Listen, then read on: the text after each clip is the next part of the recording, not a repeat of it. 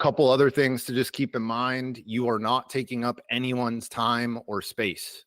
So sometimes we'll be with one person for an hour, and that is a-okay. And your job on these calls is to intuit the wisdom and the learnings and apply what that person is dealing with to your life and your situation, right? We can all learn things from one another if we're able to just bridge that gap. Last two reminders: love first, be patient with yourself and others, be gentle with yourself and others, and we'll just open it up from there. So if anybody, whoever is feeling brave, if you want to unmute yourself and ask a question, we'll get it rocking. I have a question. Please go ahead, Lydia. Have you met Richard Rudd? I wish. I have not met Richard Rudd. Cool. It is very much, I'm thinking about going to Boulder. He has like an in-person event in Colorado at the end of September. Okay. So I'm thinking about going there. I would love to just be in his space and just feel what that feels like. Yeah. I owe you an email. You and I emailed back and forth a couple, maybe a month or two ago, and life has been crazy. But we emailed about, I want to teach Gene Keys in West Michigan and Grand Haven. And I was like, yes, you should come and teach a class. But yeah. You're doing this now. I don't think you were even doing this back when I emailed. So I'm real excited to be here. So thanks so much for facilitating this. This is really cool. This is super cool. Absolutely. You're welcome. And I still would love to come out there at some point. So you just let me know. Yeah, I'm really bad at emails when like life is in chaos and it's been a little chaotic, but I will facilitate. But it's easier for me to pop on one of these and just use my voice because I don't know. Life just, everybody struggles with their stuff when they're struggling. That's yeah, okay. I sent, like, when I filled out this form, I was talking about the Venus sequence. So like you said that, I think I watched one of these before, and are other people like in the Venus sequence and we can talk about the Venus sequence? Absolutely. Yeah, okay. Totally. Whatever, anything Gene Keys or not, honestly, anything is open game here for sure. Oh, that's amazing. Can I guess I'll just start telling the story and ready to hear from literally anybody because holy cow, life is just wild right now. I'm 37. I've been mostly single, always like perpetually dating, but always looking for my very like certain someone, like the certainty of my person. Back in early 20s, I think I was like around 23, I got a psychic reading because my best friend was like obsessed with the psychic that she kept seeing, and this woman told me that the person I was with and was in love with at the time and was just constantly chasing after this relationship. I'm like 23, so I'm like young, and I think this one guy is the one. He doesn't treat me very well at all, but I just kept chasing after him. But the psychic told me, I know you love this guy and you guys have a good friendship, like a deep friendship, but he's not the one for you. Is going to be about 10 years older than you, and he's going to be your spiritual leader. And I was like, okay, like, what? That's so specific. And then she went on and said a lot of other things, but I couldn't hear what she said, right? Like, I got cut off from the universe. Is like, she's not ready to hear the rest of that stuff. She's only ready to hear this guy's 10 years older than her, and he's going to be her spiritual leader. And at the time, I was just like, who's more spiritual than me? There's no spiritual leader out there. I'm looking for this guy, but I can't find him. And so I'm 37 now. So that was a long time ago. But I was just out here in the world looking for this person, constantly looking for him. And I think I found him, but I'm still constantly questioning everything. And so here comes the Gene Keys, and I'm like, oh my God, I got this roadmap. How exciting. But now I'm just like, all my traumas are pinging, right? Like trauma pings, especially in relationships. I know this, I've learned this, but you're pinging trauma from the past, and you're just like, I can't even sit down to study the Venus sequence, even though this is this God-given roadmap and this beautiful thing, because I'm just so constantly I don't know, I'm just scared. I'm just so scared, and it's terrifying. And yet I'm trying so hard to trust the process. It's hard though, you guys. I'm sure you all know that it's deep, connected love is so It's harder than anything, I think. I don't know. It's harder than anything an individual can go through. Like, it was way harder to go through my upbringing and my childhood, way more difficult. What is easier is just don't have relationships. Just skip that part. Be single or perpetually date, get a job, make your own money, travel the world, do whatever you want to do, but just don't really go super deep, because when you go super deep, you got to like fucking deal with all the stuff that comes up. So, anyway, you guys are planting me here, and it's sit still and learn something and get through this roadmap for a second and then see what happens. So I'm like really grateful for you, Jay, for putting me in front of my computer and we can talk about it. 100%. Are you open to a couple of questions? Yeah. Can you tell me what so you said just the fear that is not allowing you to stay present and connected. Can you tell me a little bit more about that fear? Totally. There's so many different angles of fear in my life right now, including probably the biggest hurdle, in addition to just being in a relationship in general is just difficult. But I had a friend who transitioned back in October. So this past October, not quite a year ago, almost a year ago, she was tragically stolen from this world. She was murdered. And there is an ongoing there's a trial. There was a trial for somebody who the injustice system accused of doing it. It turns out to be a very innocent young Black man who was in the wrong place at the wrong time. And I had to, unfortunately, because of some crazy, just nuts, life is crazy. But I had to go to her trial and I had to be a witness at that trial. And that was all occurring right at the time that my partner and I were getting back together after we had split up for, what do I call it? I think it was like a year, a little over a year, maybe almost, yeah, a little over a year. We were together for 4 months, a year and a half ago or whatever. When I first moved to this town in West Michigan, which I'm not from, it's a beach town, cutesy little town, and I move a lot. My work is remote, so I move a lot and I'm traumatized, so I just move, because if I run, then maybe my trauma will go away. I can just get out of it. You know how that is. I'm sure a lot of people on this thing know. We do crazy things to try and escape our trauma. Turns out you got to face it. And Jay, I know your story is so amazing. I'm just so grateful for you. But okay, so he and I were together for 4 months. He had been very recently divorced too, in a 25-year marriage that did not work out. He has 2 amazing children, incredible kids, so incredible. But yeah, unfortunately, his marriage did not work out, and we met following the divorce, but it was like he just wasn't ready. I wasn't. I'm still not sure if I'm ready. I'm never sure if I'm ever going to be ready. I'm just like such a mess. I think I'm going to be ready though. I'm getting there. All the time I'm getting there. But we broke up. He actually ended the relationship, or didn't end it, put it on pause. First guy that ever broke up with me in my whole life. Crazy. Like, I've broken up with a whole bunch of dudes and I've made so many mistakes and I've broken people's hearts. I've been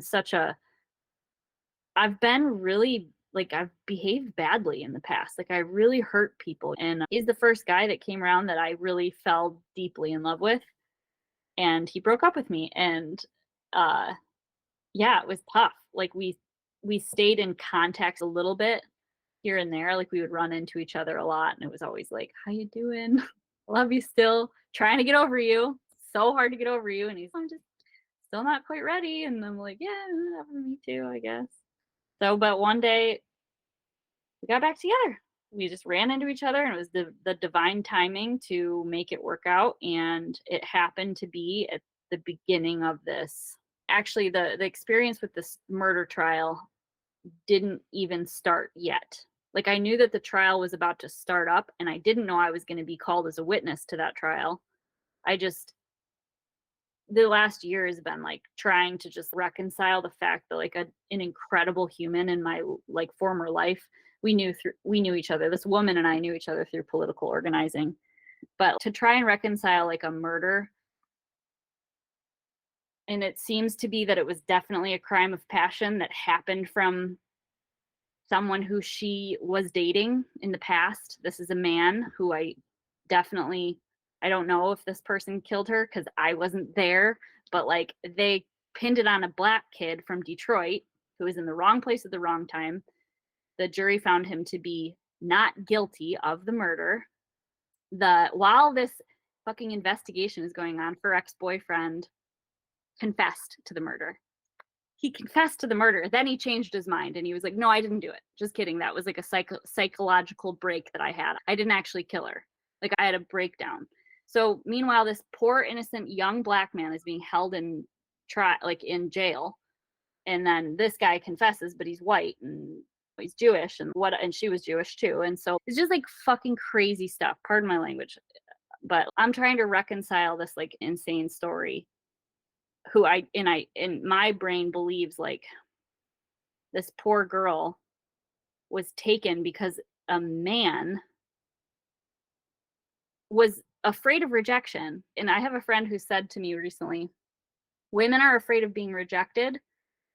Men are afraid of being rejected. Women are afraid of being murdered.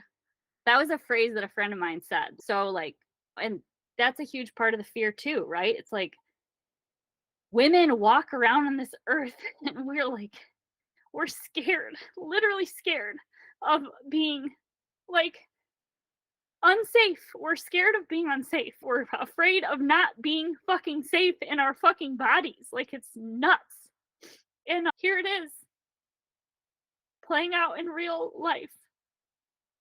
And I don't know who killed my friend. I don't know who killed her, but like, it's real, man. This stuff is crazy.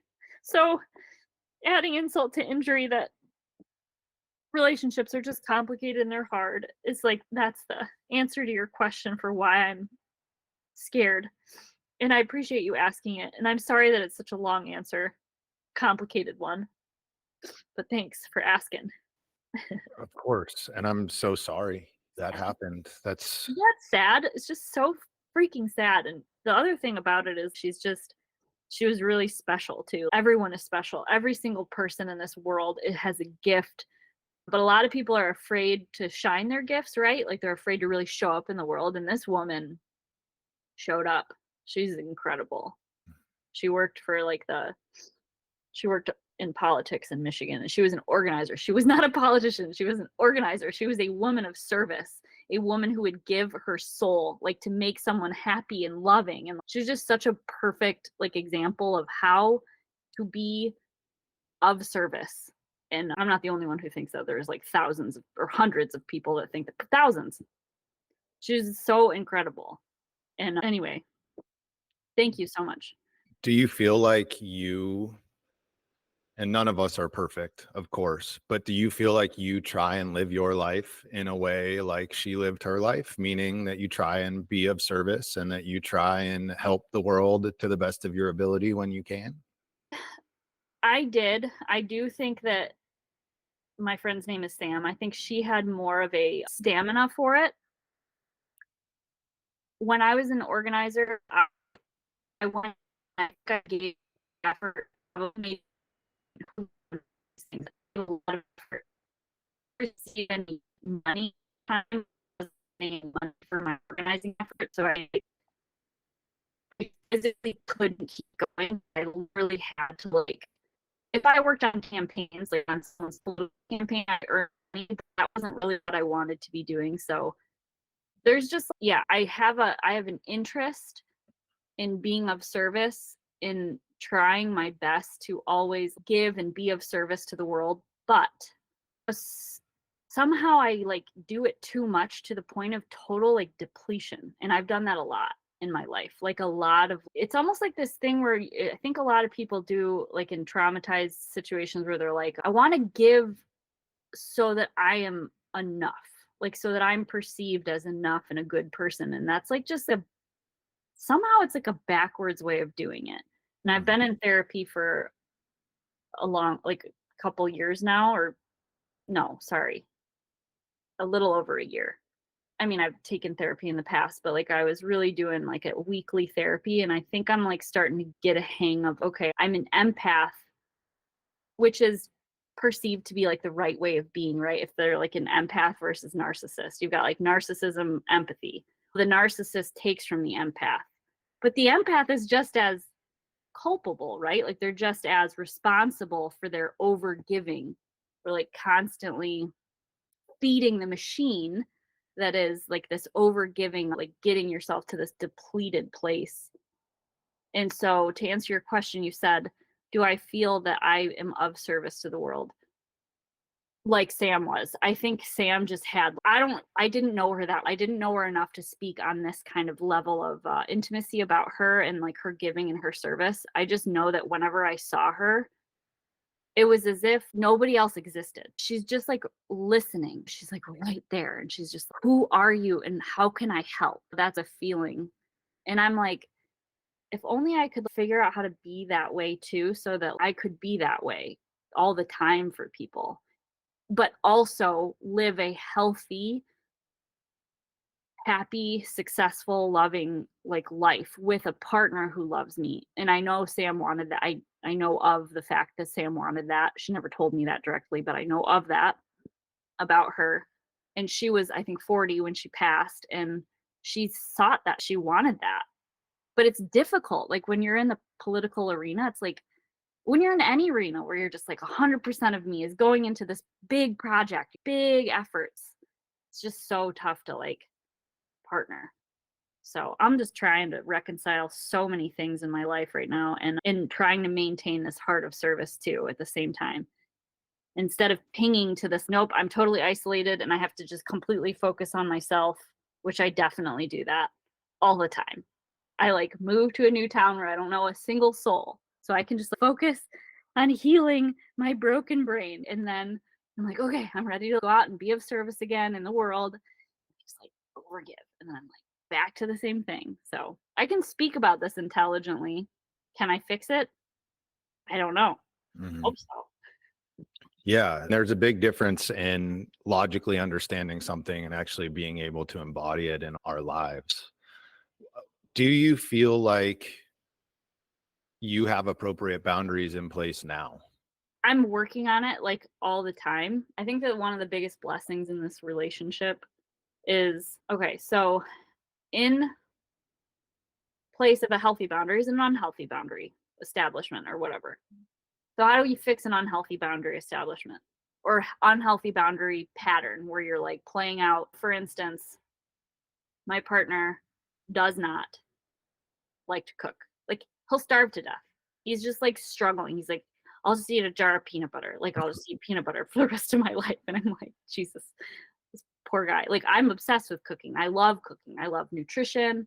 I love healthy eating. Like I love delicious food so much. So it's not a perfect pair, right? It's like a perfect match. And yet it's a little too much too soon. And some of my spiritual teachers, one who introduced me to Gene Keys, it's like too much too soon, even of the most beautiful, loving, holy thing, can make you go freaking crazy and it can make a relationship fracture. And we are both so in love with each other and we want so deeply and so badly for this to be a wholly healthy partnership. And we're both like, I guess maybe me especially, I don't know, feels a little equal that we're both just like, how do we get there? Like right now, let's get there. I'm so excited and grateful. But then we've got kids involved and we've got all kinds of stuff where we need to be careful. And so in the over giving where you're like, I just want to cook. I just want to just let me just do this. Let me just give and do it. And and then it's, wait a second. What do I need? Like, how do I get you need food and you need someone to cook for you, but I have needs too. What are they? I don't even know. I'm just like, I don't even know. I'm establishing what those are now. So I'm getting there. And honestly, we had the big old conversation about it this morning. So Good. yeah. So the reason I asked, one of the things that you said is that a big part of what is not allowing you to engage or interact in life, or the words that you used were go deep in life or in relationship, is because you had this overwhelming fear essentially, that things are going to fall apart or that you aren't going to be able to hold whatever comes your way. Mhm. And to me, and actually, you spoke about that in a way of it's stopping you from living the life that you want to be living. And I think a big part of that is the boundary work and understanding what's yours and what is somebody else's. Because when you do that, when you have that boundary in place, then it doesn't matter what somebody else's reaction is. And then, therefore, that you can show up in service with love, regardless of external circumstances. And the Venus sequence is the thing that teaches us what is ours and what is somebody else's. It really helps us understand and set those boundaries, specifically in IQ, EQ, and SQ. Mhm. So really paying attention there so that you can look at, okay, what are my patterns versus what is this other person? Because it sounds to me like you're conflating those two things and it's keeping you very stuck. No, I think you're super right about that, and as I remember back, so when I was going through the trial, like, at the process where I was gonna be a witness would took 2 days. It was, like, 2 agonizing days in Detroit, and I was just, like, trying to survive, right? Like, I was asked, and I was like, "I'm either gonna give this voluntarily or I'm probably gonna be subpoenaed, but I, like, don't believe this young black man did it." So I'm, like, trying to just get through this crazy life experience. And the only thing I had to hold my sanity together, because I was, like, having delusions. Like, I truly thought, like, I was gonna get murdered. I was so freaking out of my mind. But the Gene Keys held me together, and then I got into some human design stuff too.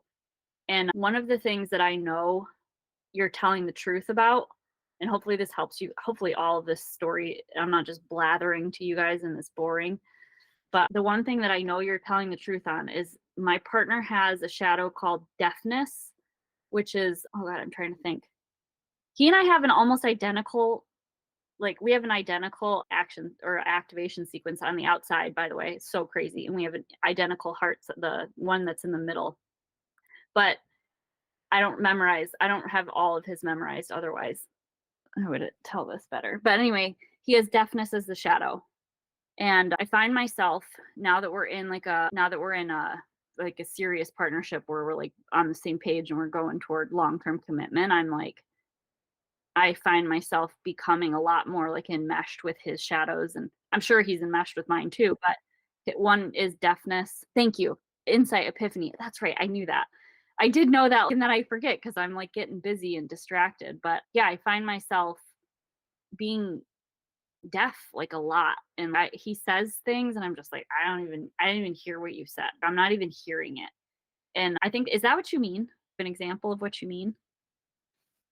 With regard to When you were like how saying, the Venus sequence and boundaries, you mean? yeah, and, like, you sometimes, you were saying maybe you're picking up on a lack of separation from what he is versus what I am. Mhm. Like, who am I versus who is he? And, like, the enmeshment.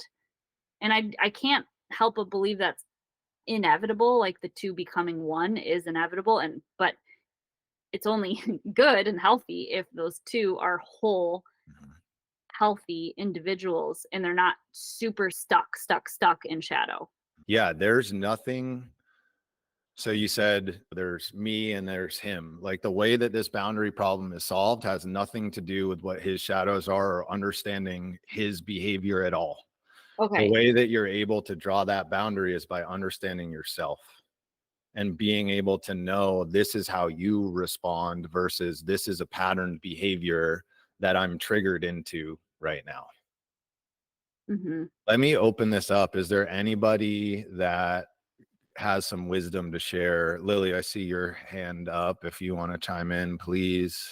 Yes, so I have a couple questions, Lydia, because I wonder if you have the complexity, simplicity gene key as well, because I hear a lot of external stuff and you reacting to circumstances, situations, and you almost followed the psychic and you've been following those guidelines that this is how you're gonna end up with your partner, and now you found somebody who kind of fits in that description, but then you also have a lot of stuff going on in your life, and what you've described is extremely traumatic, and I can really hear that you're still trying to get over it and process that whilst also trying to fit in a relationship. And I'm just wondering if you have taken time to really get deep into what feels right to you as opposed to what you've been told is right,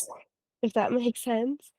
As you said, you keep running away and trying to find yourself shutting out everybody else, which I guess is a way to deal with things. But I feel like you are trying to juggle too much and you're not listening to that insight that you have. Because the inside gene key is, I think, from my interpretation, the insight needs to come from within. And I think everything else is so loud around you that I feel like you're struggling to find who is you and what do you want. So these are just a couple questions for you to reflect on. No, it is. Yeah. And so one of the biggest gifts from, thank you so much. Is it Lila? Is that how do I say your Oh, name? it's Lily. Everybody Lily. calls Oh, me Lily, so you can just call me Lily. Yes. Lily. I love that. So thank you, Lily. I following our first relationship breakup, which happened March of 2023. I like generally after a breakup, I generally feel really good. I generally feel like I get a little rush of, ooh, look at me be I look at me be independent woman. I can go hear me roar and take care of myself. And generally going in during those kind of times is a little bit easier. There's something about it that's just like natural. I just feel really confident like in my ability to be an independent woman, right? I have that on lock. That is an on lock kind of persona. What is not so familiar is being in love with someone and wanting partnership and wanting it to work out. So, following that experience where we broke up, I decided that I would just focus on myself and just be like alone. And I ended up accidentally, because I was in a new town, I didn't know anybody yet. I didn't see anyone, like, I didn't talk to anyone, I didn't hug anyone, no one touched me, like, I didn't get a hug, like, I just, like, literally isolated for 2 months straight. I got a hug from someone in town that I know after 2 months, and it was insane that I have that kind of a stamina to be alone. But I think that I don't know where this is in my shadow, if it fits, but, like, there's an extremeness to my personality, like, you go in extremes of one versus a different one. And these are all survival mechanisms. I'm sure you guys have some of this too, where you're like, okay, these are the patterns that my little tiny child self taught me how to do. And now I'm going to keep doing that if I want to stay alive. Because if I don't do it, I'm going to die. That's what the tiny self thinks. And yeah, it was a whole year of doing a lot of that. I did find myself after 3 months of that, like total isolation, deciding like, okay, this is clearly unhealthy. This is like to a new level of unhealthy. And I have enough awareness of myself to know that like, I don't think I can get out of this one. I don't think I'm going to be able to get out of this pattern on my own because I'm 37 and I haven't been able to on my own yet. And as much as I'm good at being alone, and as much as I am good at being alone, and I'm very good at like meditation and focusing and being like an all or nothing kind of person, like I'm really good at that. That is not satisfying my soul. And I know you talked, Jay, I think it was you, talked about the Venus sequence can be achieved through either meditation or relationship. I don't know what it is. Like maybe if I moved to the Himalayas and I just really stayed focused, like I could do it, but I don't know. I love touch. I love being like with somebody. I love being held. There are so many aspects of it that I just love, but I don't want to get murdered. Like at the same time, like I don't want to die. And I know that's an irrational thought process. And I know that's just the scared small self, the little inner child, except for the fact that, oops, it's also real. Oops, it's also something that fucking happened to a friend of mine. Oops, this world is nuts. She wasn't just like, you guys, she wasn't just shot with a gun. Somebody stabbed her 8 times, like with a knife. Like, it's so insane. We have an insane world, a psychosis of a world. Not everyone, obviously, not the people here. Like, we are on a path of pursuing our hearts and a holy state. We want this, all of us here, otherwise we wouldn't be here. But there are people in this world who truly, like, they are that sick that they will make sick decisions. And it hurts all of us. It kills us a little. Like, it kills me a little, even though I'm still here physically. Like, there's a part of me. Women kill too. I'm sorry I'm not reading all these comments, but women do kill too. Tragically, I have a sister who has suffered mental health issues for a very long time, like very significant ones, and she's been hospitalized and homeless and struggled so much. And she actually has psychosis in her chart. One of her shadows is psychosis. And so I obviously read that one from the book. I got the book. And this is so beautiful in that he says, like, thank you, Dr. So-and-so, for your prescription. You're psychotic. Like, this medical system, like medical, like that is not medicine. Like, this, we live in, Jay, you live in the States, Jay? Yeah, I don't know if you guys are all from the US, but okay, Alicia, I see your hand. But it is a bad situation here in this country, bad psychotic situation here. And Richard Rudd so beautifully articulates this brokenness. The brokenness of this world it's systemic. It's not one person who's got the brokenness in them. Like, there's so much more, like, to it. And I don't know where I was going with that. I don't remember. But yeah, women, it was because women kill too. When women, like, we kill ourselves. I was suicidal for a long time. Sometimes I still contemplate that, like, how much easier it would be to get off of this crazy rock that's like hurling through space. And yet I came here for something. Why am I here? Okay, what's going on? Yeah. Ultimately, the world is going through something right now. And I think everyone on this call can probably feel that is happening. Yeah. The reminder is that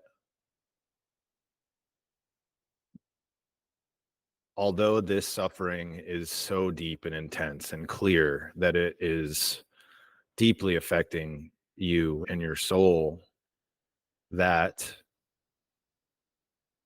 we have to make a choice. At some point, we have to make a choice. And that choice is, do we believe that there is a God that is looking out and protecting us, and that everything is going to, at the end of the story, work out? Or do we believe that you need to struggle and fight and try and enact some form of bubble around you at all times to keep you safe? Mm-hmm. And ultimately, there's equal evidence for going both directions, right? Everything is balanced in this universe. Mm-hmm. So you get to choose, which story do you want to identify with? And that's a really hard and really deep question. But ultimately, that's at the root of all of this. Can you take in everything that's happened and recognize that it isn't fair and that it is scary from the place of our logical mind, and see that at some level, all of this is taking us to a place of reunion and wholeness? Yeah, ultimately, I think that this taking us to a place of reunion and wholeness is a choice, as would be the choice to end it all, right? And like just escape it, like the ultimate escape, because it's pretty much the same thing if I just hold up in my apartment and never leave, which I did do that. And that obviously didn't yield the result I was looking for, which is wholeness, happy, okay, even at minimum. But yeah, I think you're right. And I'm so sorry if I'm missing a lot of beautiful comments. I'm sure there's so many wonderful things that people have to say. If Let me anybody, see. yeah. Let me see if Jan, I see your hand up. Did you have something to say to Lydia, or is this another issue? No, something I want to share with Lydia. Lydia, are you open to that? Yeah, I love it. I'm not very good at reading right now because I'm my brain. No worries. Jan, please. No, I'm just listening to you, and while I'm listening to you, I hear a lot of what is behind you. A lot of what is behind you. Oh, okay, yeah. So Past. and past, exactly. So no judgment here. Careful. I'm just sharing an observation. And as you said that you were doing the Venus sequence right now, I was just wondering the amount of time you would have spent on the path of genius, unlocking your genius. Like, what is your life's work and your purpose? Because what I hear is, this is what I not want. This is what happened. And you share it with a lot of detail. Again, no judgment. But I think if you would listen to this recording afterwards yourself, you would hear all of the story you build around this. And it is a big story. Don't get me wrong. I totally get that. What you share is big. But even when you start sharing things like dates with us, there is so much specificity in there that I'm like, wow, you really pulled back by your past. And when you say you were running around basically from one city to the next, my observation is, my gut feeling tells me you're clearly running from an unsafe situation in total, right? Which may have been from your childhood. I don't know. These things happen. But what are you walking towards? So I'm really like, what is your life's work? What is your purpose? How much time? And this is, and please don't answer these questions. I'm just sharing them as questions with you right now to think about. But when you go to unlocking your genius, did you, and this sounds like a judgment call, and I don't want to make it sound like that, but did you spend enough time there before you actually entered the Venus sequence? And what I mean with that is, I've been new to all of this since early this year. And I went through the whole cycle in the last couple of months because I'm spending days and days on this. And now I'm going back to the beginning. Interesting. I just watched a couple of Jay's videos, and now the deepening starts to happen. And now I also see that by being clear about my life's work and having a big question about my purpose, and maybe later on I'll share that with you, if that's okay. But that helps me to put all of the drama, careful, this is just a word I put on it, right? All of the distraction that is happening, because we all have that to a certain degree. And I have to say, I'm fortunate not to have to the degree that you've had with people being murdered. Let me put that into perspective immediately. But we all have our own things that are going on. But what I found is that having my life's work, getting more clarity on that, allows me to basically say whatever is going on the right-hand side and on the left-hand side and politically, and do I know where, and with the climate and the whole shebang, this is my role. This is what fulfills my soul. This is how I can serve the whole, which are the words I really started to pick up from Richard as well. Hey, all of that crap is happening. I know. And there's big stuff happening, right? My friend for life at age 35 crashed into a car, had to be in hospital for 10 weeks. And then they left him to die for 10 days, which I still resent when I think about it. And yet I found a way to park that, because I'm like, yeah, but Jan, you can't stick with that, because if that's going to be defining my life, I'm not living my life's work. I'm not living my purpose. Does it resonate with you? Yeah, no, it does. I appreciate it. I have the activation sequence is something that is definitely, I don't think this is ever complete. Nope. Correct me, Jay, if you're more like, if you can chime in here as like or anyone wants to be an expert on this matter, but you're not complete on this stuff. But the activation sequence for me it's a very armor, like I'm a warrior. I have wisdom, valor, liberation, honor. Like those are super masculine. Like I am perceived as a force. Like in politics, in any sort of effort that I give, I haven't talked about any of that because I'm talking about the Venus sequence, but I think it's a really super valid point. Now, have I chosen what I want to do with my armor? Yes, I have that all chosen. Is it all playing out completely? No, like that will be my life's work, will be my entire life. But I'm talking about the Venus sequence today because that's the thing I'm mostly struggling with, or not struggling with. I'm not in a struggle. It's just, damn, it's hard, right? Like, it's just hard. Like, these are just tough. And I genuinely don't think that I don't think humans can be successfully partnered without some sort of guidance. But no, I really appreciate that. And I'm so sorry about your friend, Jan. Like, that is horrific to go through something like that for him, but also for you. And I didn't hear if you said your friend passed. Like, officially, did they pass? Did they survive? They passed. Yeah, he did. Yeah. I'm so sorry. And I think that the thing that gives me comfort about my friend, and maybe to you too, you can take this blessing, is like, your friend is so beautifully reunited in the gift of this universe. Like, there is nothing scary, nothing painful, nothing in any way whatsoever suffering for that person at all. Like, they are free now. They found the true capital T freedom, or capital F freedom, and capital T truth. Like, they're back in the truth and they're in the freedom now. And Sam is there too, my friend Sam. She's there. She doesn't have to like figure anything out, unless she chose to maybe come back here and recycle. I guess that's a possibility that it works that way. I don't know. I just know that we're here for a reason. We're trying to figure it out. We get blessings like this that show up every once in a while, right? That pops up, and there's many others, like other spiritual teachers that come through. But that does give me comfort. And I'm just like, I'm trying so hard to get it all worked out while I'm here and while I've got a little time left. And the other thing is, like, I'm trying also not to kill myself, like shorten the lifespan or give myself cancer because of how stressed I am. Like, that's what I think everybody's probably trying to do. Hopefully, we're all just trying so hard. But no, I really appreciate you. And it's great to see a shift in your energy, by the way. Thanks. Yeah. No, really. It's a completely different human being who is sitting there right now and speaking with us than the one who was speaking before, because you talked about your strength and your life works and valor and all of that stuff. That's who you are. And then the rest will be figured out. Yeah. Part of who you are. Yeah, okay. It's part of who I am.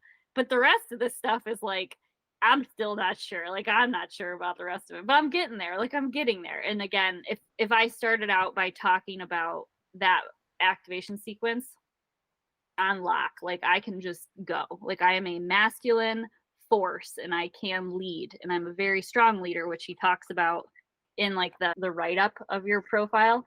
Like, and my partner and I have we are identical on the outside, which is cool. But we're both real strong leaders, like strong leaders. And that can clash in the Venus sequence too. So it's interesting. I am literally like, I'm so grateful to you, Jan. Thank you. And I'm sorry if my energy was so heavy for you guys. Please forgive me. Thank you so much for your like love and support, and like just tolerating the fact that I'm like telling you guys this horrific story, but hopefully there's something to learn from it.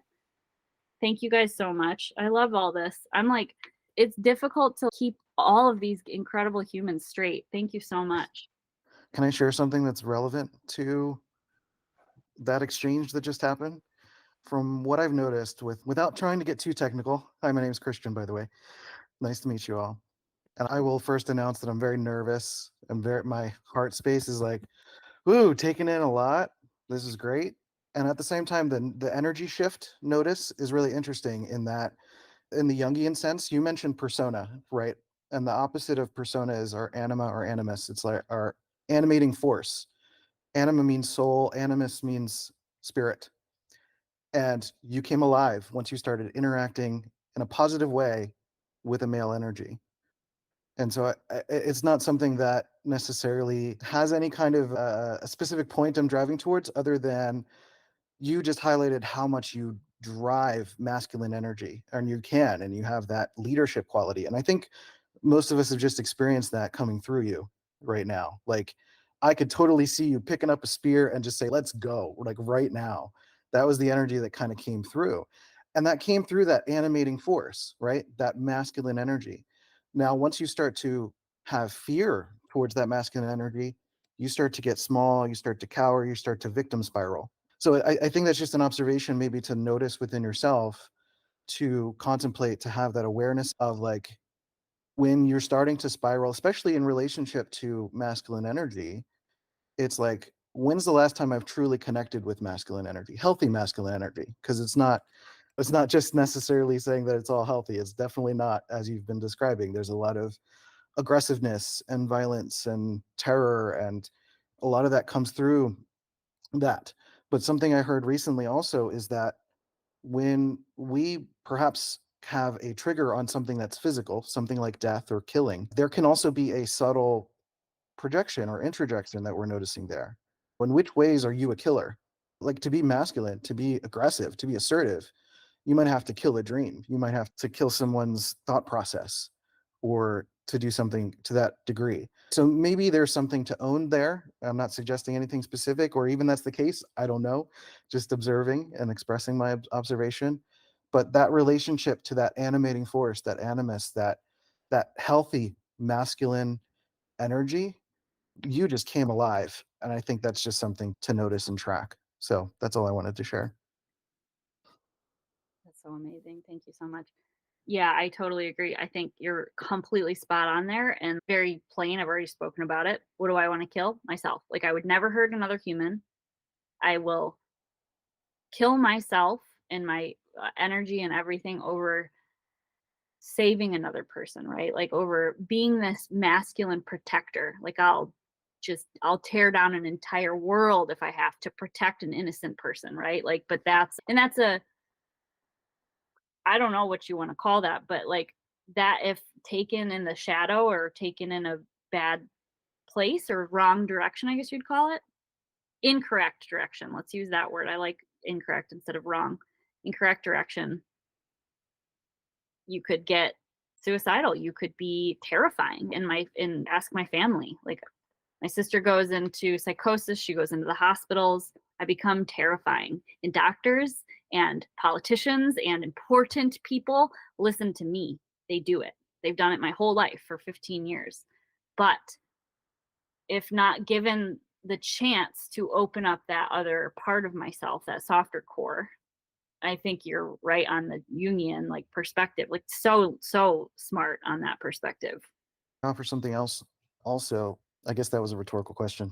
Here, the killing of the self thing. And again, it's another thing that can be taken in a concrete way or a subtle way, right? Mhm. There's the concrete of wanting to end my physical life. And I've had that my entire life also. I've certainly not wanted to live since probably 11 years old. I've battled with that on and off. Sorry. That's okay. That's just a part of life. But part of that is the acceptance of the self, an acceptance of me being alive. But that's often been about wanting to also explore the subtle part of that. What is the subtle thing that I want to kill in myself? Whether it's something, this might be uncomfortable to say, take it or leave it. But if you're presenting a lot of masculine energy, I'm going to pose it as a question as opposed to a statement. What is your relationship to your feminine energy? Is that what you feel like you want to kill? That's what you feel like is docile, that is dangerous. What's your relationship to your feminine energy, if I can ask that? Yeah, no, I think this is such a good question. I see a lot of women on the call. And oh my God, I'm like so excited for this conversation. You guys are amazing I just feel like I took up so much of this time, but you said don't worry about that, Jay. So. Remember what I said? There Yeah, is no I'm taking up listening. time. I'm really listening. You're doing the masculine taking up space, by all means. I'm not afraid to speak. I love speaking. I love talking to people. I love interacting. But I appreciate so much receiving right now. And that is the feminine energy and the cry. Mhm. Like, you're going to hear me switch from the masculine voice to the feminine voice right now. You're hearing this because it's like the feminine receives. She gets to receive. She has protection from the masculine. She has a soft, loving core. She's gentle. She's powerful. She's powerful as fuck. And all men have this too. But she just wants to be loved. She wants to feel safe. She wants to feel protected. And she doesn't want anybody to hurt anymore. She's done. She's tired of that. And yeah, activation sequence or not, like, if I had never found, or sorry, Venus sequence or not, if I'd never found the gene keys, like, I know that I'm after that experience. It is terrifying though. It's scary. It's just scary. And women on this call, we can speak to that. It's scary. It's hard. And I understand though. I understand that masculine control. Like I've got it. That's the shadow. It's on my evolution. It's the masculine control. And men just want to control it so much that they're willing to fucking hurt somebody for it. And I get that. But if I am willing to really open up that feminine state of myself, like I understand that is the only reason I feel like heterosexual men, they're like, I'm only here to find a woman. That's the only reason I'm here, because I just want a woman. Like these, just like this beauty. Like these women are just like so gorgeous. All of them. It's just, oh my God, you guys are so beautiful. What else am I doing here other than to look at this gorgeous flower of a human like in front of me? And that's how I feel about women. And I'm pretty sure that's how heterosexual men feel about women too. And I know that's how my partner feels about me.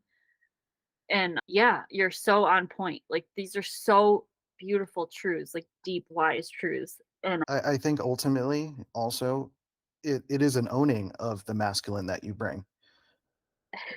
It's because it's coming out in obviously like a female presenting person. mm-hmm. It's coming out in ways that are in protection of women, but it is a masculine energy. It is honoring women, it is protecting, it is serving, it is fighting, it is warrior. And so even though like literally men, or the caricature of men in your mind, whatever the case may be, energy, that's truer though to say it that way. I really do think that. I mean that, like from the bottom of my heart, it's truer to call it energy. If I wanted to be, I'd be a very small man, but if I wanted to like go get one of these, what are the surgeries and be trans, like I could do that and I would own that. I'd be really good at it. I don't want that for my own self, like no judgment for anyone that does, but so much truer, Christian, to call it energy. Like you are so on point about this. Like you are so on point about it. And I think that this conversation you're facilitating right now is one that is healing the world. Because why? Because not all men are bad. In like the liberal message in the West was like, men are bad, fuck men, we're gonna be owning women, oh, we're gonna own the world. Like we already own the world, we already have all the power. We just gotta use it in the right way and harness it in the way that's like truer. So amazing, I love that. yeah. And I also want to notice how, please stop me if I'm probing too much, by the way. I also want to notice how there's usually pretty quickly a reframe of starting to talk about women and just saying powerful, right? And that's not to say that isn't true. Just noticing the kind of language reframe, everything goes towards power, everything goes towards strength. And I wouldn't say I necessarily have a solution, because I'm also working on being a little bit more receptive. And docile is not the right word, but that's the word that's coming to my mind. It's like being receptive, I've spent the first hour just listening, where my instinct is to be more intellectually domineering. That's my strength. I'm very analytical. I want to, whenever I get into group situations, I tend to dominate intellectually. So I'm very conscious of that. There's this internal dialogue that I'm having of, no, back off, be receptive, let the group speak, don't take over. You have all this knowledge, you have all this experience, blah, blah, blah, blah, blah. You don't need to be domineering in that sense. I lost the train of thought of where I was going, but it sounds like all of this was helpful. You're talking about, you're doing great. And I'm so glad you spoke. I'm so grateful that you guys are letting me speak for so freaking long about really complicated things, and then having incredible things to say back is like so incredible. But the reason that I use the word power so much is from the chakra system. Mm-hmm. The solar plexus is the power center, which I might be totally off base on this. It's just helping me make sense of some things. The lower three, this is what makes sense in my mind, because I've been studying the chakra system for a little while, and I'm not complete on my studies. But the lower three chakra centers are of a feminine nature, and then the heart center is, in my mind, what I'm coming to understand is that it's like a gender neutral. Mm-hmm. And then the top three are more of the masculine energies. Now, if that's true, which who cares about true, but if it's true and it makes sense in my mind, feminine is the power center. The power center is of a feminine nature. And if you think about that and you extrapolate that, women do have all of the power. We do. We don't channel it correctly. We give it away. Mhm. It gets mixed up, tossed around, and I am so guilty of that. That is for sure. I am a woman. Biologically, I am a woman. And I have given my power away so much my whole life. Mhm. I know how to be a man. I know how to be a non-shadowed man. I know how to be a protective, loving, incredibly strong man. Sometimes I can be too controlling too. But the feminine holds the power on the planet, the feminine energy, not just women, biological women, but the feminine energy holds the power because it is the solar plexus. Mhm. And so that's where I keep using the word power. But no, I really appreciate you bringing that up, because typically we think of power as a masculine energy or a masculine trait, but it's not. Well- Male, there you go, male. Men have the power. Not Mhm. true. Yeah. Women have the power. We Mhm. have to learn how Can to I use say a little? Can I get in the it. conversation? Yeah, go ahead. a little, Yeah, please? It's like you are stuck in talking about feminine and masculine, and truth is that soul is real power, not feminine, not masculine. It's like both in of a higher, deeper consciousness of love is what is going to really get us into the point of every situation in every aspect of life. So I wrote here some things. For example, you have the jinky of genius, right? No, or something like that. You talk about genius. I don't know. I get, but this brings me that being able to see things like an eagle is easier when you get into your body. Okay, so you can connect with your masculine feminine energy and your feminine energy when you are deep in your body in the present. So when fear comes, when mind wants to control, because that is what happens. You're so deep in the situation of what you're living, of what apparently the mind always makes situations bigger than they are. So the only way to get out of that mind is going into the body. That's why ancient wisdom always says, like yoga, that you go into the right posture, that you breathe in the right manner. So when those thoughts of not wanting to live and why and what and where, they are all based on the desire to control situations, when reality is that we have to contemplate. That's it. I think, or how can I can see the jinkies is that it's a very good tool to contemplate our lives and to see it in its higher frequency. So when we are able to contemplate what is happening and being able to see it from the perspective of the city, then you see, oh, this is why. That is why.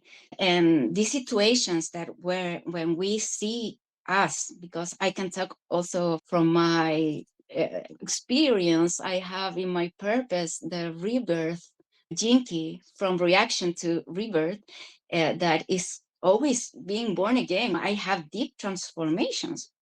And Scorpios, you can see, I can see in my life that the time that I decided consciously to be on my body, to do my practices, and to connect with the higher source, then I release myself from fear. I release myself from the cortisol that comes from fear, and connected with serotonin and oxytocin, that are the hormones of happiness and wanting to live.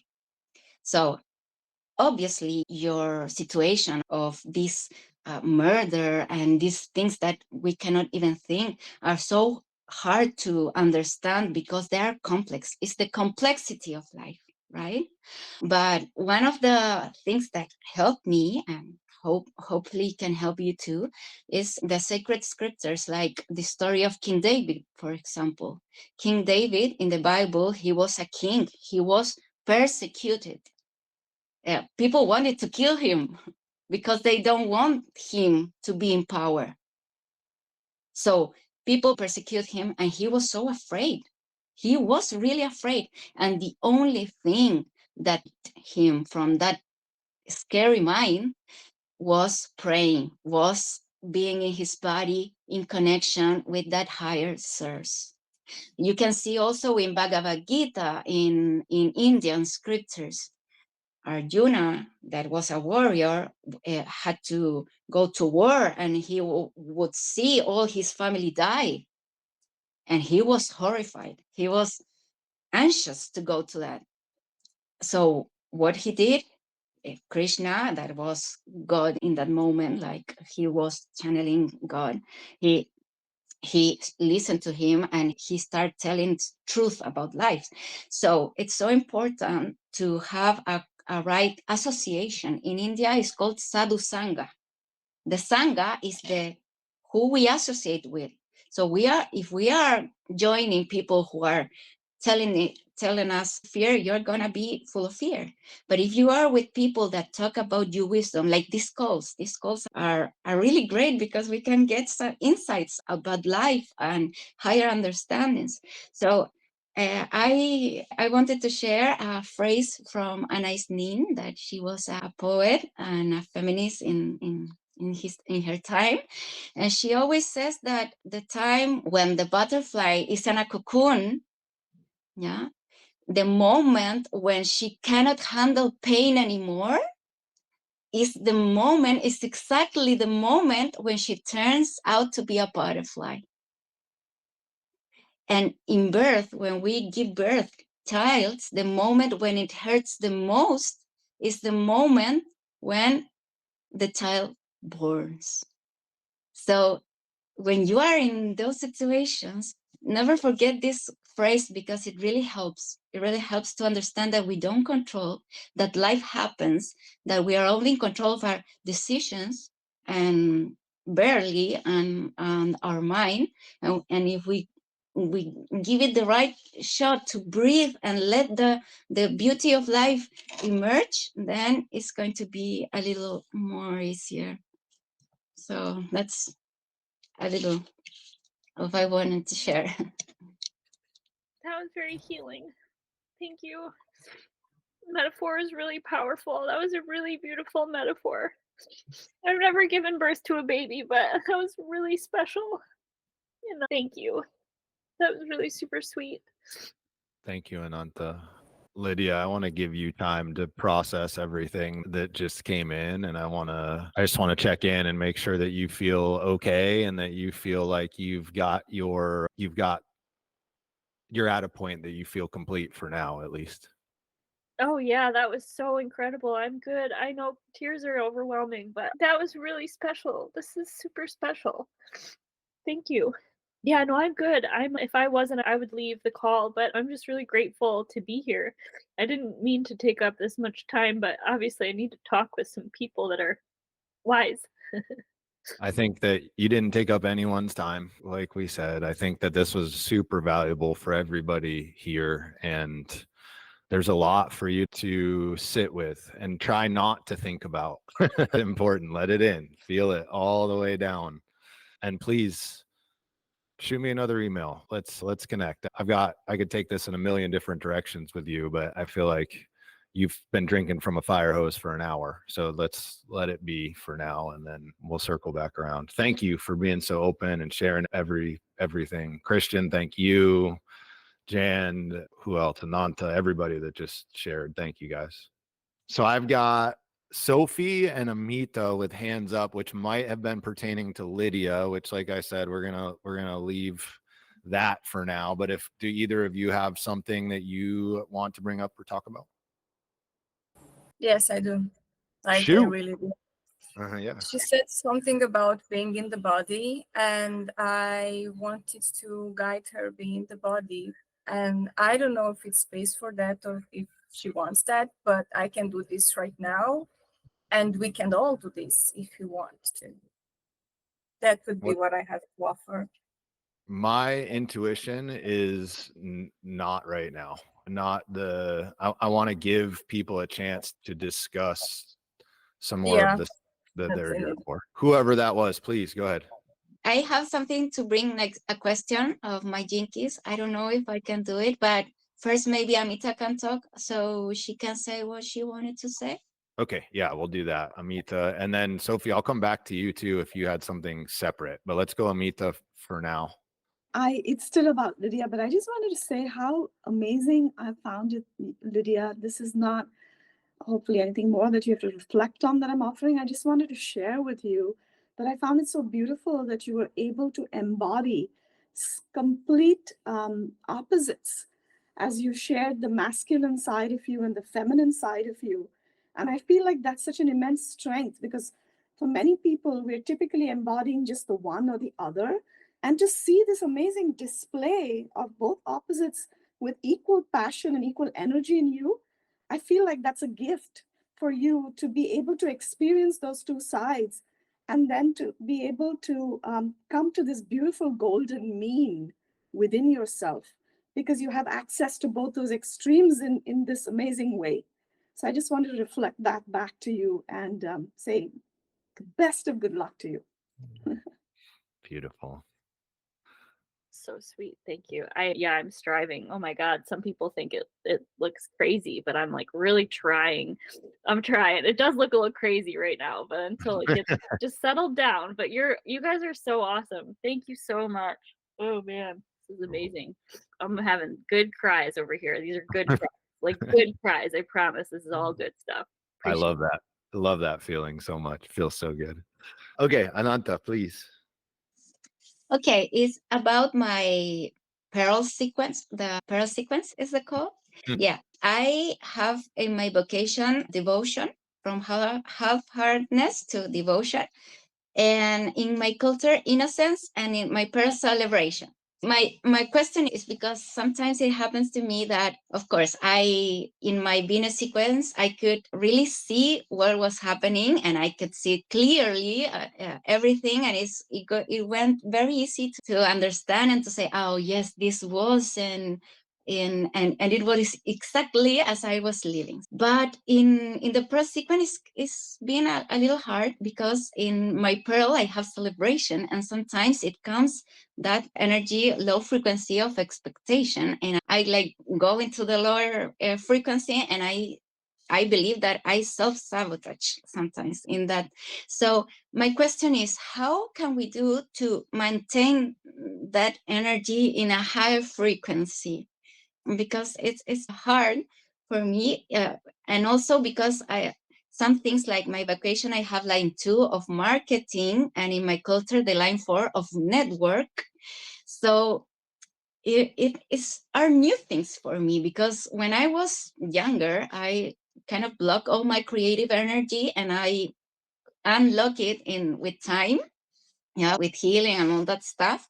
But I never had this like big interest in money and finances and all that stuff. So talking about marketing and all this stuff of business is like something really new for me. And how can I explore it? And that is like my question.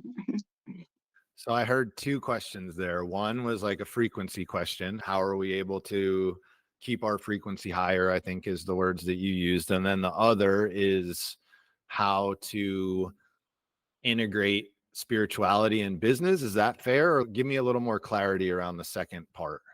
Yeah, it's how can I explore my vacation, my culture, like these new things for me? Because right, business have this analogy with, can be, I don't know how to say, we can do it together with spiritual life.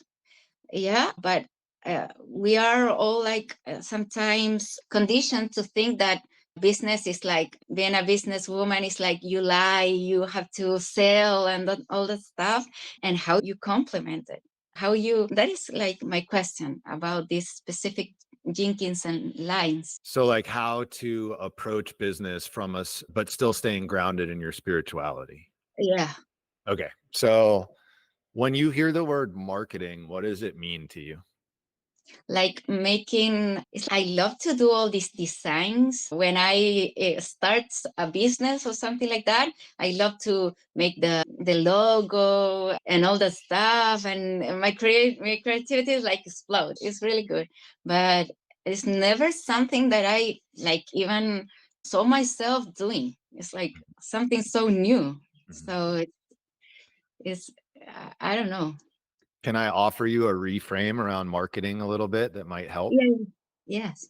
So when Richard talks about that second line of marketing in the sphere of your vocation, he brings up and essentially throws out, forget what that word means in a traditional business sense. What he means here is, as a second line in that sphere, you're attaching yourself to something that you see as valuable or important for the world. And your role is to bring that idea and share it out with the world. So at its most basic level, that's what he means by marketing there. It's not necessarily like when we think of marketing, I need to make ads or write copy or try and get people to take an action that I want them to take. In reality, marketing is, okay, what speaks to my heart? What do I think is going to move the needle for the world? And how can I share that so that other people can feel that energy? That's so amazing, because it's like a channel, being a channel, right? Yeah. Some kind of channel. That's really beautiful. That's really beautiful. I never see it in that way. And network is working with other people. So Yeah, your culture. Yeah. So that fourth line, network, basically what the culture represents is how we best work with others. So first line, like me, that's the line of the entrepreneur. So like I'm here to create something and bring it out to the world. Second line is partnership. So they work best with one other person or one other thing or idea. And then we move up from there. So you're a third line there? I'm in where? Do you have networking for culture? Yeah, networking is Okay, a line fourth line. Yeah. Okay. So the next one, the third line, is about a small team, which is like 3 to, let's call it 15 or so people, and represents more of a family.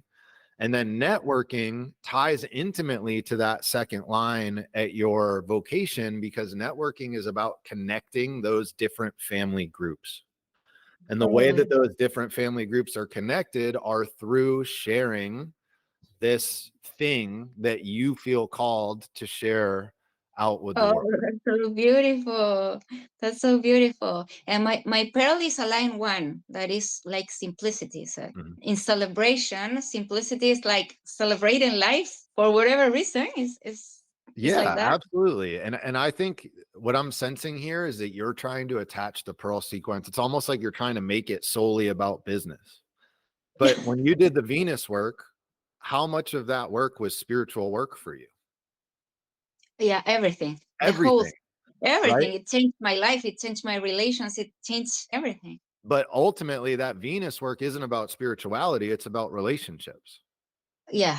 Yeah. And so think in that way as it pertains to your pearl sequence. Yes, it's about business, but it's through the lens of spirituality. So release some of that pressure in, this is how I need to show up in the business world. And instead, how can you express your spirit to the world? That's ultimately what our pearl sequence teaches us. Oh, that's amazing. It's let it be and contemplate whatever it is, right? Yes. Oh, that's amazing. Yeah. Okay. And then Thank the you very next much. question I have for you, relating more to like frequency, is when you think of the lower frequency expression, what does that bring up for you? What runs through your mind? It's I have this idea and I'm gonna make it, and I'm very excited.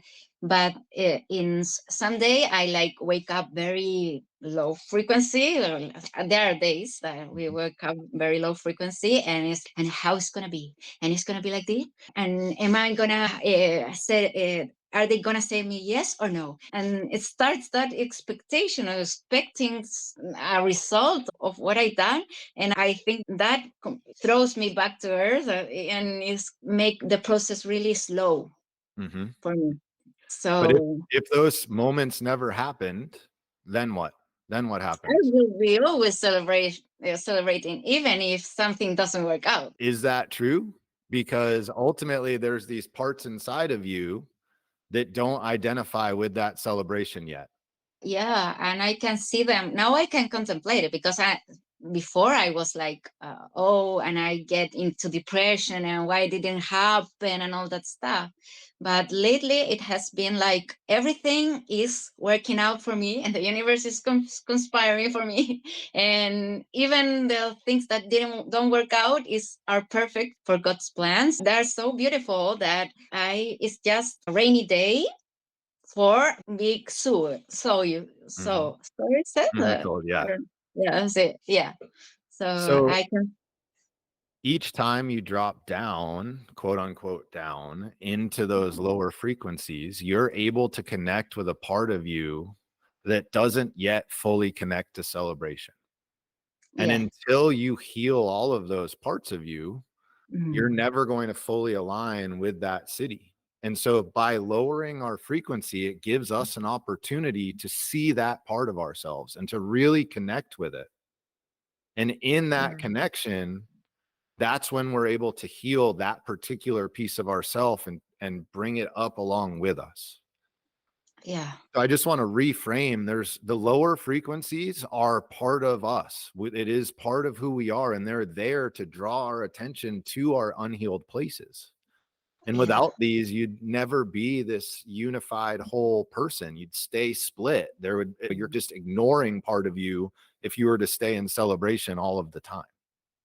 Oh yes, true. And I will do that homework of watching my lower frequency and trying to connect where this comes from, so I will do it, and then I tell you. Beautiful. Thank I you have very much. some hands up. Let's see if anybody wants to contribute here. April, I saw your hand up first. I think Jen, you have a separate topic. Is that correct? Yeah. Okay. April, did you have something on this or something else? Something on this. Please. Yeah, I wanted to share that one thing that really helped me in business as well. I know the Pearl Sequence is not necessarily the business, but as a spiritual business that I have, one of the things that has really assisted is recognizing that the world needs what you have to offer. And so if your focus rather than is on how do I do a business and be spiritual at the same time, it's more of how do I bring forth my gift and my spiritual nature, because I know the world needs it. So I always have to convince myself, because I don't really necessarily enjoy sharing my writing and talking and all this stuff, but I do it almost every single day because the mission and the vision is to share, and that has created a business. And I just want to help you reframe that, because I think that the more people who have spiritual businesses and putting themselves out there, the better the world would be. And that's where people's money should be going. And if you're making money off of the beautiful things that you're creating in the world, you're only going to fuel that income into other beautiful things that will improve. And that's how I like to think of it. And I know the Pearl Sequence isn't necessarily about that, but I just wanted to share to inspire everyone to just show up and do your thing, because the world needs you and you should be making money doing it, so you can be the one putting money where it belongs, so that the world will change. Because the more people who are spiritual, who have a lot of money, we will change the world. So Yeah, so I've been like, I have this channel and I've been doing what really fulfills my heart. And I'm doing this thing that is teaching some things that I've learned from life. And it makes me so happy doing it. But it's like I vibe when I do it. It's also great. But still, I haven't seen, like, from that channel an income that I can say, oh, this really is, I can see it in a long term. I don't know if it is under the years and it hasn't shown yet the results of that. I'm not expecting the results, even, because I'm doing it because I love to do it. But universe and God has been really generous in other senses and from other channels. So that is my question, because I really enjoy doing what I do, and I would love to offer it for people who have no access to it or something like that. So It's good that point that maybe sources will come from other places, so I can do it like freely, and it's a good way. Yeah, thank you very much, April. You're Give me a welcome. breakthrough. And Sorry. what I want to say about that is one of the things that was really difficult for me was to ask for money for what I was doing. So you just need to let those people know that like you're doing it for money. And I have the marketing line as well. And so it's always, oh, how am I putting myself out there and this and that without the business part. I know I'm talking about business because you mentioned it, but I think that you have to just say that and then accept that all abundance and resources can come from anywhere, and then that can support others. And I do things in my business where I have people pay more money so I can support other people that I want to. So I have a lot of scholarships and a lot of things for free for people just because I charge more to others, and I let them know I'm charging them more because they have money Yeah. for someone else, and they love it. They're like, oh my God, let me give you more. And so Oh, that's amazing. I love that information. It's really great. yeah, So I will try to do it. I will try to do it in that way. And yes, it's an act of courage. It's an act of courage. Yes. Mhm. Oh, thank you very much. Thank you, April. That was beautiful. And this, I actually talk about this in the last video I made. I call it the spiritual mistake, which is this perception that money and spirituality don't go together. And that's just not true. It's yes, we care and we are compassionate. And when I say we, people that are spiritually minded. And in order to serve the world, resources are required. That is how our world is set up right now. And do I wish, I don't know, wish might be a strong word. Could it be another way? Yes. But ultimately, my purpose gene key is the 60th, which is the shadow of limitation. And so one of the limitations that we have right now is this is how the world economy is set up. And the only way to make change to a structure is from within that structure, right? It's from within that we have an opportunity to change and guide things. And so it's up to those of us that are spiritually minded to figure out how do we make this system actually work so that it does serve. And the way that you do that is through accumulating some resources. So I saw, Alicia, I think your hand went up first, but I talked to Ameeta literally yesterday for an hour about this topic. So Ameeta, did you want to chime in with something here? Thanks. I'm hearing such great stuff on this call. It's fabulous. Actually, I thanks, Jay, but I wanted to actually weigh in on what Ananta shared about the frequency stuff, if that's okay. I just wanted to say a quick thing about that. Yeah, good with me. Ananta, you open? Yes, I'm going to take that as. Yes, I hope. Sorry. All right. So one of the things that I found really interesting about this business of the shadows and the gifts is that it's not so much about transcending the shadow, because even if we do, and when we do transcend the shadow, because that does happen, we are transcending it in ourselves. But as spiritual folks, we are probably likely to be empathic as well, which means that we're always open and receiving the shadow in the rest of the world. So even if we're transcending it in ourselves, the shadow is still here and we're open to it. So it's not really so much about transcending the shadow, so much as including it as well, which means to have a different relationship with the shadow.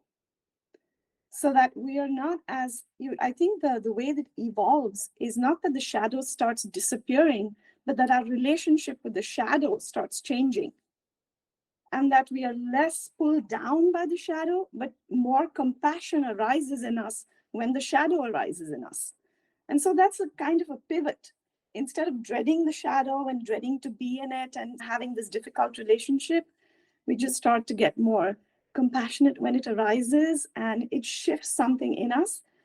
And I feel like the gift frequency then is not a separate band from the shadow, but it is an inclusion of the shadow. So I just wanted to share that because I find that so heartening in my own experience. That Yeah, that's amazing. It's like what I was talking about the butterfly and the cocoon. It's like you have to accept that pain. You have to accept that shadows to evolve. It's part of the natural process. So transitioning and observing it uh, instead of trying to change it is a really good advice. Thanks, Amita. you're so welcome. Lovely. Thank you, Ameeta. Beautiful. Alicia, did you have something to share with Ananta or something different? Yeah, something to share with Ananta. Please. It's so good. Everything that's been going on in this call has been so essential right now. All the journaling I did this morning, it like all reflects into the whole collective Good. conscious at the moment. So I'm just like, what is going on? But I wanted to say that so my sphere of radiance is 26, and that's heart marketing. And I would say if you don't have that gene key, you might want to just contemplate it, because I think I really didn't like that in myself when I first saw it, because I was like, oh no, marketing. Like, I don't want to sell anything. I just, like, I don't know. I want to forge my own path, and I don't want to have to participate in this system. But I think that I think when you do come from like a hearted place, that you're able to, like, people want what you're offering. And you don't even have to really sell it. You sell it just with your smile and your radiance. And yeah, I don't know. That's all I wanted to say. Oh, thank you very much. Is the Jinky 26? 26? Yeah, 26. Oh yeah, amazing. I will search it. Thanks, Alicia. Thanks so very That's the, much. that's the great gene key of the trickster. It's all about tricking people into the wisdom that they need. In my human design, I have it. I Okay. believe I have it in my human design. Yeah. Yeah, the channel 2644. Oh.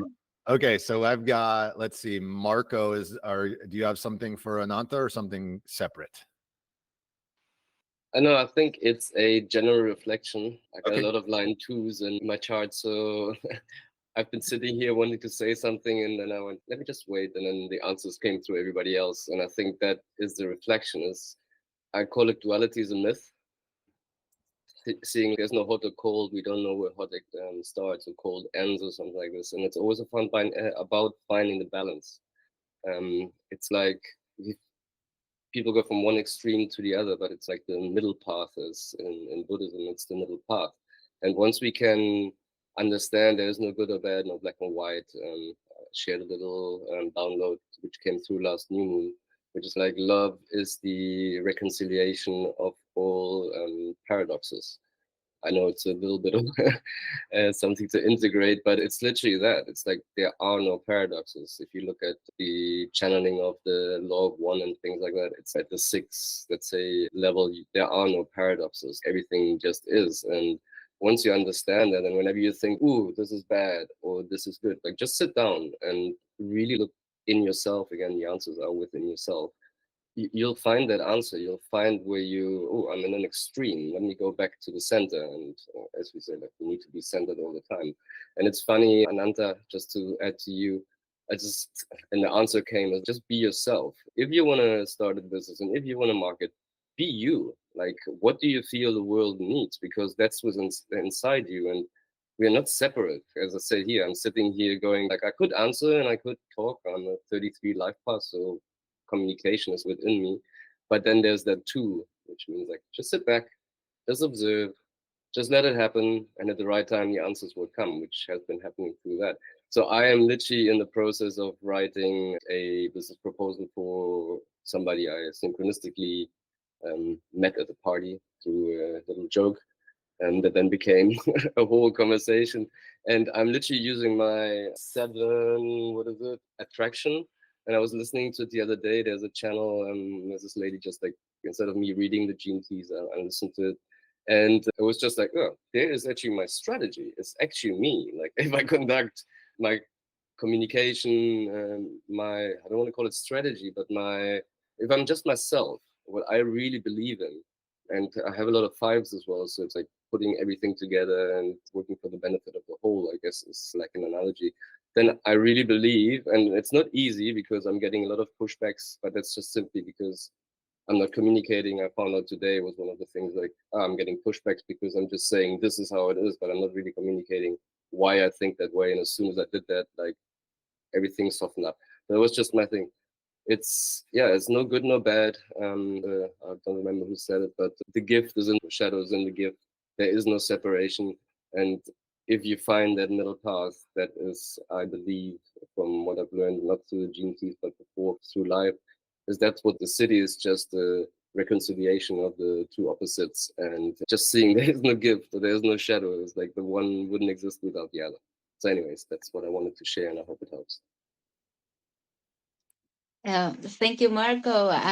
That's a really good reminder, because sometimes we forget, but it's like we enter in this, it's a wave where sometimes we are in unity and sometimes we are in separation, and we strive, and then comes unity when we are like full of, it's like the natural cycles. But it's really good to remind that there's some tones between white and black, and it's not always like in one side or on the other side. That's really good. Yeah, thank you very It's much. a point on the scale, let's say, on the spectrum of the Yeah. two. Like, you can go swing more into one, and it's, I don't know, what is the cybernetic laws. So it's about the pendulum, and if the more you understand, the less the pendulum swings. So there will always be, as I said, it's frequency, it's ups and downs and cycles. But if you can, it's a little bit when you meditate, it's that when you release that, in a way, you got this beep in your ears. I don't know if when people meditate, they have that. There's like this ringing in your ear. And that's literally what it is going, woo, woo, you're going, wee, because you're just like in the center, you're like centered. And that, I think, is the trick. So the less the pendulum swings, the less you will go to the extremes. And if you find yourself in an extreme, like literally sit down and breathe through your nose like 2-3 times, close your eyes, be centered, and be present. Like Jay, you say that very often, and yeah, it's something I often struggled with, because now I have the trick. Even if I'm in a conversation, I want to say something, I don't get my moment to say, I just like, okay, breathe. And then the answers just come to everybody else in the conversation, like balances out. So anyways, that is my little part. Yeah, that's so important in relationships, because of course, alone, sometimes we forget, no? But when comes a friend or comes someone we love, or these conversations, people that are in the same symphony, it's like they help you remind, and that's very beautiful. Thank you very much. Beautiful. Thank you, guys. I want to go. Ananta, do you feel good there? Yeah, many insights. Thank you very much. Good. You're welcome. Thank you for speaking up, and thank you for everyone that contributed. I want to pop over to Jan, who has been waiting very patiently from when we spoke earlier. I think that's one of the things to work on anyway. So that's good to just, as somebody was saying before, as well, just observe. And I think, Marco, you said it, observe and listen, just take it in. Now, I just got a couple of curious things. I was listening to a couple of your videos, watching some of your videos, and you were talking about how much you loved words. And the same thing is true for me. So I love this whole idea of contemplation. What behind me is my way of marketing, right? Playing with words, talking about dreams, talking about leadership, my definition of that and stuff like that. So just playing with the words is just something wonderful to do, which I did before I knew the gene keys. So lo and behold, I get into gene keys and I see my life's work, which moves through agitation into initiative and awakening. So when I showed this to my son, he said, yep, I definitely recognize that agitation in you.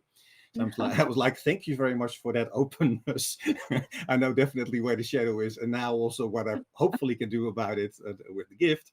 But on the other side of that whole thing, of course, going through this is my purpose, which is my 62.1. And then it's the shadow of intellect, and then the gift of precision, and then impeccability. And although I've been doing a lot of work in English for many years, and although I've read the books, I really struggle with the words precision and impeccability, in the sense of, all right, help me out here. I'm a transformational coach. I love talking to people. I love writing. And all of a sudden that line 1 shows up, which is about which is the solo part, and doing this by myself. And I'm like, yeah, so should I just be writing now and just put that out? Or is it still about the coaching? What am I doing? And then the coaching is about listening to people and learning about them.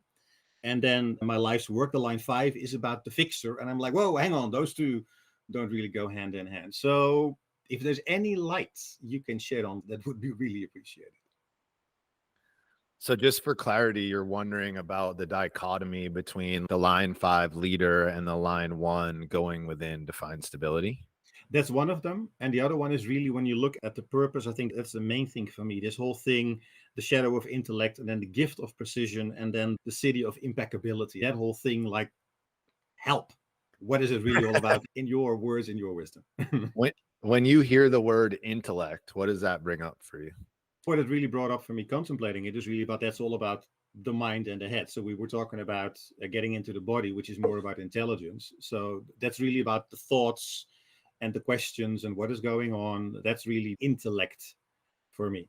So I can be in that. On the other side, I have my radiance, which has psychosis in it as well. So I can stay in my head all the time, of course, which is one thing to do. Or you capture it and bring it out into the world. So what are the thoughts I want to have in my mind, actually, and which I don't want to have in there? So this whole precision thing is, for me, about what I think is one thing, right? What I bring into the world is something else. And that's the precision part of it. But then when I go to impeccability, it literally says, don't worry about what you say. Just whatever shows up in the moment, bring it out there. And I'm like, yeah, nah, I don't think so. So that's like how do I handle that? How do I play with that? What does the word precision mean to you? It really brings up the whole thing about being precise. It also brought up the word, and I just wrote it down earlier today. Where was it? Precession sort of rang a bell, as in we're aiming for one thing and all of a sudden something else starts to happen as more like a byproduct.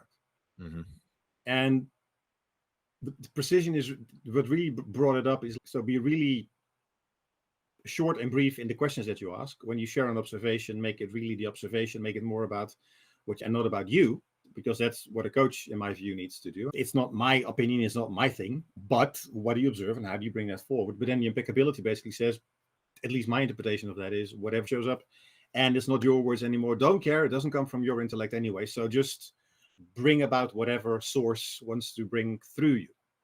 I'm like, yeah, and that's maybe the intellect kicking in there again, like, careful. So there's two things that we need to balance in interaction and when we're talking with others, right? And that number one is who we are, where we are, and what's appropriate for us. And the other, and you already said this, is who are they, where are they, and what are they willing to hear? And so the city of impeccability is internal. There's not a lot of people who are going to be able to hear impeccability. And so, although, yes, impeccability is just let out whatever is there because you're perfect as you are, at the same time, there's another individual that is hearing that reflection. Yeah. And so, keeping in mind that graciousness is a big part of the gene keys. Have you ever read the 22nd gene key? I did, yeah. So that is a huge part of what we're balancing when we are engaging in conversation with somebody. And so to me, precision is about sharing from a place of your whole being, your whole body, your whole knowing, as opposed to mentally being in your head. And what that allows you to do is connect with somebody else on a heart level. Yeah. And if you actually want to transform somebody, then it needs to be a heart level connection. If you're talking from your intellect, you're only going to be able to connect to that other person's intellect. Yeah. And so precision is about just involving all the other pieces of your being and who you are. Does that resonate or help or make sense of it at all? Yeah. No, going back to, I think it was a word we talked about before, the whole idea of wholeness.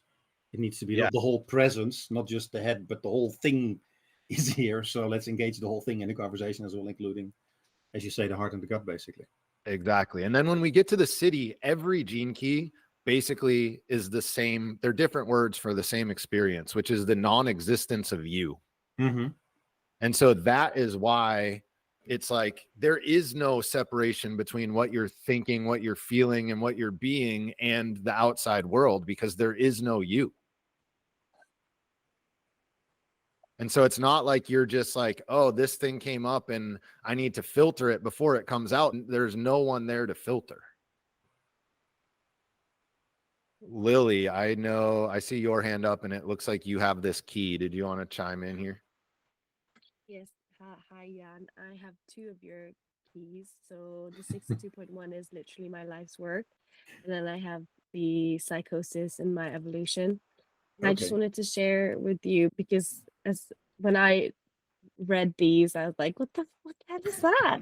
Exactly. But ever since I've done some contemplation, and it's been quite revealing, it's quite interesting. So I'll share my personal experience because I think it's hilarious that I'm a PhD researcher, so I am well in my intellect and always been. I have a master's degree and everything. And when I saw that's my shadow, I was like, what does that mean? I thought that was a good thing to be book smart and being academically achieved. But then I read it and it really resonated. The fact that I'm here, the fact that you're here, yeah, and the fact that you are now looking into the spiritual side of things and you're trying to learn about gene keys, you are going within. To me, that's precision, actually. That's you having all your knowledge that you already have and you're very intelligent, but also elevating that to the next level of learning about this philosophy, because I like to call it a philosophy. So for me, that's stepping out of my intellect. That's okay, I have my academic qualifications and that's great. But when I speak to people, as Jay said it really well, I don't connect to them through my degree. I connect to them through what I see, through I like to elevate it and connect through the heart. And I think I find it really interesting, the psychosis one. Living in psychosis, to me, it means believing science exactly as it is. I heard somewhere such an interesting quote that said, our science is true and factual today, but it won't be factual In the tomorrow, future, yeah. because obviously that's the point of science, that you continue to do it and you learn new things and then you falsify previous information that you chose to believe. To me, that's psychosis. And that has given me such peace, if that makes sense, that it's okay to believe what you believe today, but just don't connect to that knowledge too strongly and not mentally, because at some point you'll have to let it go. And every time I do my research and I think, oh, that's really interesting for now, and it keeps life interesting, and it gives me peace that everything is improving and everything is going to get better. And that's living out of psychosis to me. Wonderful. Thank you for sharing. Yeah. Love it. Does anybody else have anything to share on 61 or 62?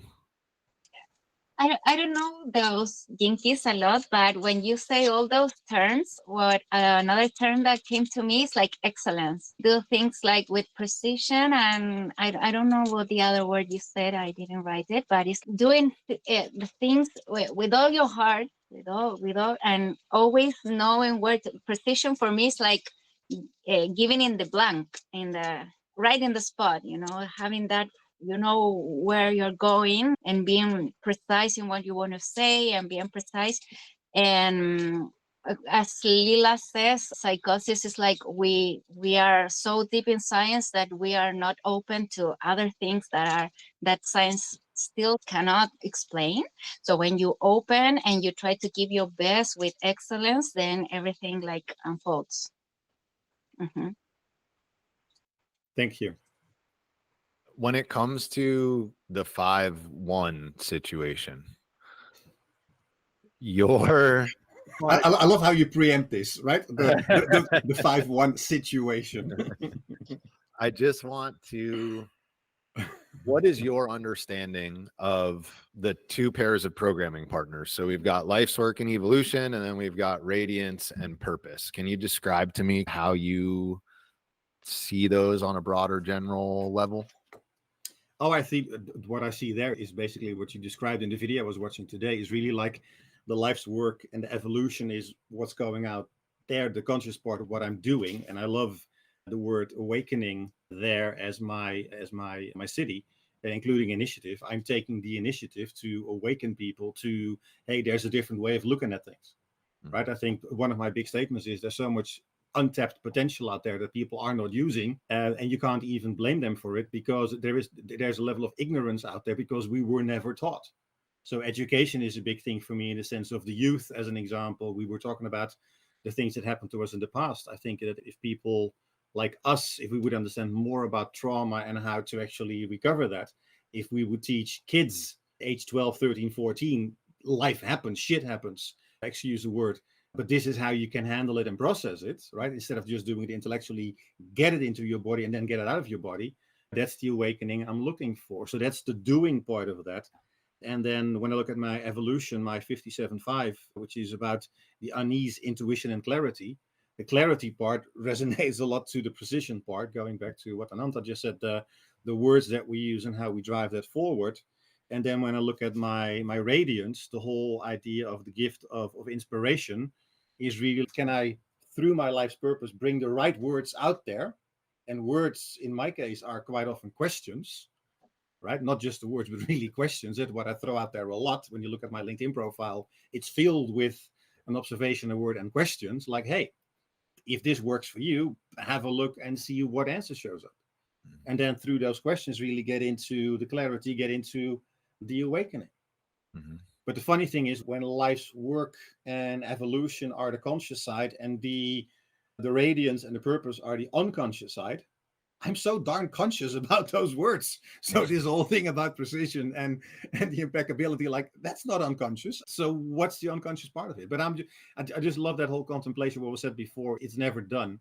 Some of the gene keys I visited a couple of times. I'm doing the pulse every week and basically say, all right, whatever is the one for this week, let's see what happens. And I believe this week we go into 29, which is my pearl. So I'm so looking forward to that one. Like, what's going on here? So just contemplate, play with it. As Lily said, whatever was true yesterday may not be true right now or tomorrow. So just learn and go with it. So what you just described to me is exactly what a 5-1 profile is and does. So if you could get out of your intellect and just feel into what you just said, you have this deep desire to move people towards awakening. Yeah.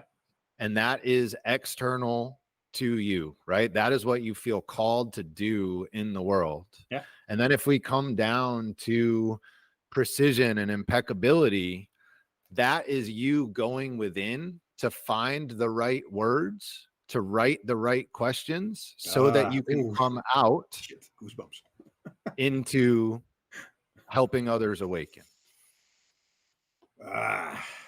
Thank you. Go within to find the right words. Thank you. Yeah, that's what I was looking for, I guess, with the precision. Those words have to come from somewhere, right? And that somewhere is nowhere, and that place of nowhere is behind your belly. Yeah, or it's the higher self or the collective consciousness. I do a lot of my writing in the morning, like, all right, you start reading one of the gene keys and you just, one word shows up and I'm like, brrr, and here come the pages. And out of those pages come the questions, and out of those questions come the posts, and everything starts to happen from there. So thank you very much. You're welcome. Within to find the right words and questions. Man, really? Is that the place to be? Yeah, it is. It is. Thank you That's very where much. everything cool happens. You're welcome. Thank you for waiting patiently. I appreciate it. Best ideas.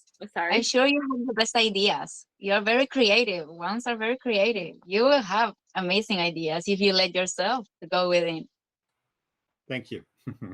In case you missed what I wrote, the question you asked me, Jan, you sat and thought about the question, and it opened up that whole other side to my story, right? And my persona came out because your inspirational question. And so I just wanted to say that out loud because I wrote it down too. But like, you need to be validated on this because I owe you a debt of you owe me nothing. No, it was really, truly amazing. And you're doing great. Very good. Thank you. Thank you for sharing. Thank you. All righty, guys. Thank you all for being here. Couple notes before we sign off. We're doing these each Thursday at noon, at least through the end of this month. So if you're around on Thursdays at noon, again, please come by. Again, I am in process of making this my vocation. Like Ananta, I struggled and battled for quite a while to decide whether or not this was something that I wanted to step into. But after plenty of kicks in the butt, I got it. And so if anybody is interested in communicating on a deeper level, I'm looking for 5 or 10 people to really dig in and go deep with. My goal with those is not so that you understand your gene keys, although of course that'll be a part of it, but it's more so that you can come into peace and wholeness and safety so that you can engage in the world in the way that you want to engage in the world. So the gene keys are a system that help us change our internal and our external reality. And so that is really the outcome that I am looking for, more so than I want to understand this wisdom. So if that resonates with you, let me know and spread the word about these wisdom calls, and we'll rock and roll from there. Thank you guys for being here. I'm much appreciated. Everyone shared. So it was a beautiful call today. Thank you. Everybody have a great day.